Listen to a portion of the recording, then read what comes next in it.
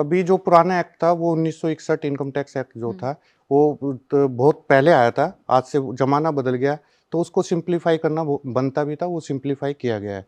तो अब क्या था, पहले उसको एक प्रोफेशनल ही स्टडी करता था, आप लेमैन के लिए उसको पढ़ना और समझना बहुत मुश्किल था।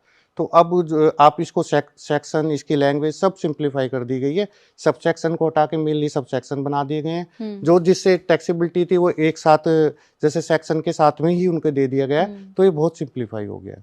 ये इसका बेनिफिट है बस। सर अभी पहले के टाइम पे सुपर सीनियर सिटीजन के लिए थोड़े टैक्स का अलग प्रावधान हुआ करता था प्रोविजन, लेकिन अब फिलहाल सबके लिए सेम ही टैक्स स्लैब है, सबके लिए सेम प्रोविजंस हैं। तो आपको नहीं लगता कि सुपर सीनियर सिटीजन्स को तो कम से कम इस ब्रैकेट से बाहर रखना चाहिए? नहीं है, अभी जो न्यू बिल ये अभी पास होगा, इसमें तो मैक्सिमम एक ही आपकी टैक्सेबिलिटी स्लैब जो है एक ही है।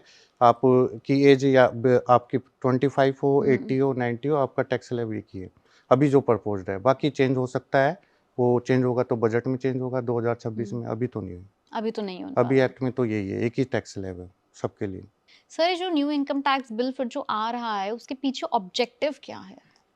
मैम इसमें ऑब्जेक्टिव मोस्ट प्रो आप ये देखो, सिंप्लीफाई करना ऑब्जेक्टिव है गवर्नमेंट का, और जो लैंग्वेज थी, हार्ड लैंग्वेज थी, जिसको एक प्रोफेशनली समझ सकता था, लेमैन समझ पाए, इसलिए उसको सिंप्लीफाई किया गया है। पहले 298 सेक्शन थे, सेक्शन बेशक बढ़ गए हैं, पर उसको सब सेक्शन को जो कॉम्प्लेक्सिटी थी वो हटा के सिंप्लीफाई वे में प्रेजेंट किया गया है।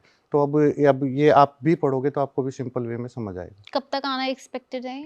1 अप्रैल 2026 से मोस्ट अभी प्रोबेबली आ टाइम जाएगा। है। अभी तो रिव्यू है, अभी कल हमारे सी इंस्टीट्यूट ने रिव्यू के लिए बुलाया था, तो बाकी अभी फिक्की कमेटी है, 1-2 जो इंडस्ट्री की कमेटी होती है वो रिव्यू करेंगे, फिर इसको रिव्यू करके फिर ये मेरे हिसाब से अगस्त 2025 तक ये पास हो जाएगा, अगस्त या सितंबर। लेकिन लागू होगा 1 अप्रैल 1 अप्रैल 2026 से। 2026।